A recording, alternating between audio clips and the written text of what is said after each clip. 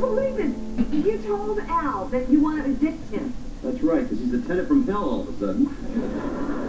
He's chasing me around the house, that lease making me do anything but the letter of the law. What about you? I mean, you've done everything to him, short of running fingerprints on him. No, you did not. It may have been a computer error, but I think he's wanted in Texas on mail fraud charges. Oh, Tim. I mean, it took him all his courage, to get out of that cramped little apartment, and then you kick him out on the street. How would you do that? Poor Al. Poor Al, my poor. How about poor me? He wants to sue me. And that bonehead probably take this right to the Supreme Court. You won't stand a chance. Sandra Day O'Connor's gonna love Al. Gidget? Have you thought about any of the ramifications of this?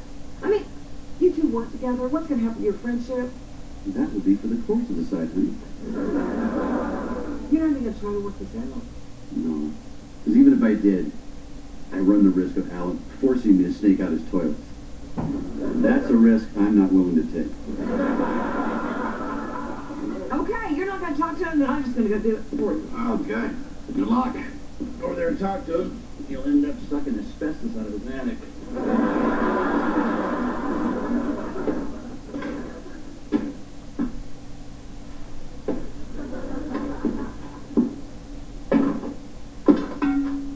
Well said. If you need firewood, I got plenty here. Don't have to chop down your house. No, Tim. I'm just knocking down some icicles.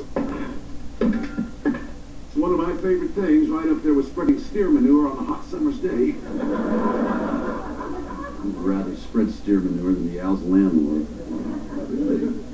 I would have thought Al would have been the perfect tenant. That's why I gave it such an enthusiastic reference. Maybe I went a little bit overboard.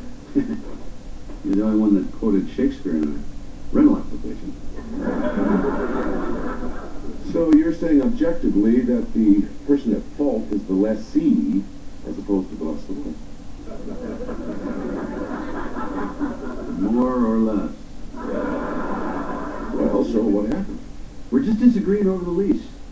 So I'm going to have to evict it. Well, Tim, I'm shocked that you would evict your best friend. And I'm even more shocked that you'd make him sign a lease.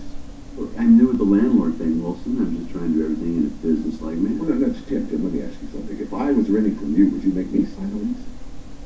Oh, yeah. I'd probably let you skip the fingerprinting and the blood sample. Tim, a landlord doesn't have to do that.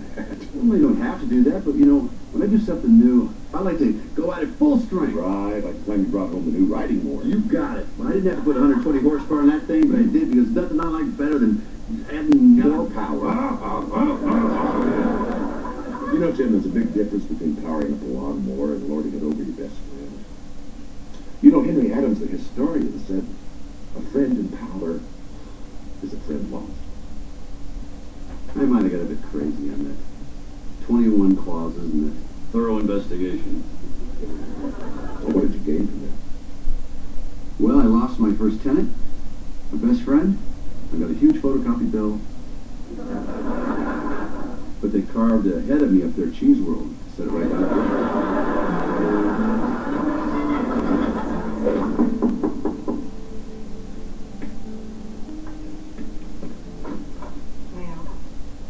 Hi, Jill. Can I come in? It's your house if you do whatever you want to. I brought you a housewarming gift. Why would you do that? Your husband is trying to evict me. Well, I think he's totally out of line.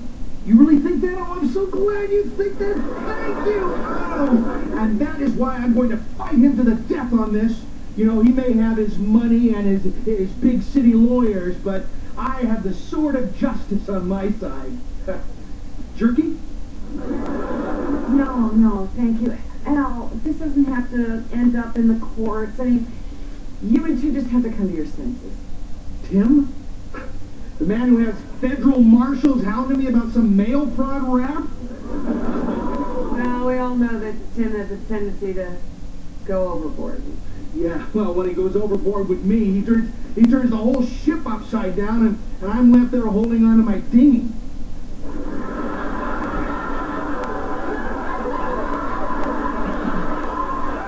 Well, it's just, he takes advantage of me. I know. And it makes me so mad, I sink to his level. Okay, what do you mean by that?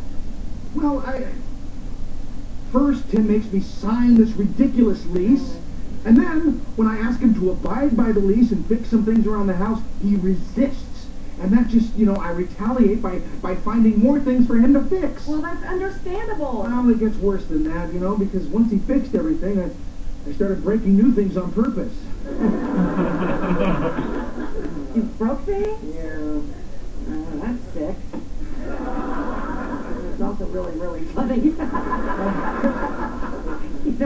I've done similar things to him for different reasons. You have? There was this one time that I was really overwhelmed with schoolwork, and he kept pestering me about remodeling a bathroom or something. So I snuck out to the garage and I squirted some motor oil under the engine of his Mustang.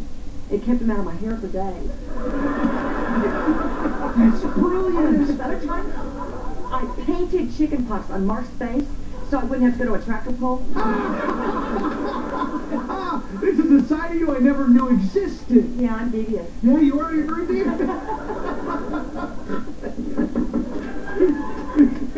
What's so funny? Nothing. You guys laughing over this lease, aren't you? Well, look, I've been getting a lot of thought about this landlord-tenant thing, and we got to work this out. You think so? Yeah, I don't want you out of the house. Right? Well, you guys obviously have to talk. No, we don't. I'm done. I'm all done. That was it. I don't want... No. Get it that way. She's right. We have some issues we have to discuss. I say we just let bygones be bygones and start over. How about that? No. It goes much deeper than that, I mean, this affects the very fabric of our relationship. This is like talking to Jill with a beard. Now, Tim, I have some things to admit. I've been childish and petty and unreasonable throughout all of this. Okay, then I have a confession to make. Good. You're absolutely right.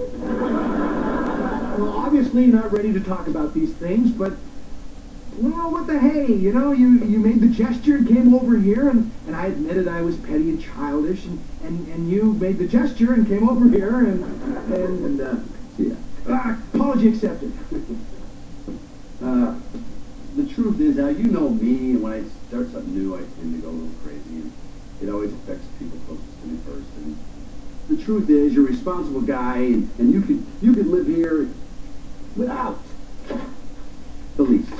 Don't, Al, don't say another word. Please, Al, without the lease. Forget about it. Lease is gone. Bye-bye. See you later. Well, thank you, Tim. That was actually my life insurance policy.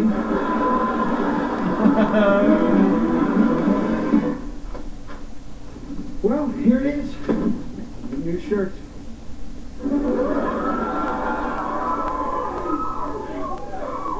Congratulations, Brad. I know. I have never seen anything like that. Now, you're not going to go out and buy one of these. Oh, you actually paid money for that? Looks like you peeled it off a dead clown. Look like right home for dinner, everybody. Hey, Mark. Hey, Al. Ooh, nice shirt. You like it? I just got it. Yeah, well, me too.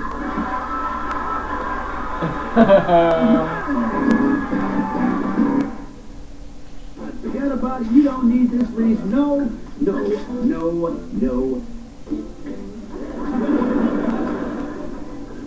we go. Okay.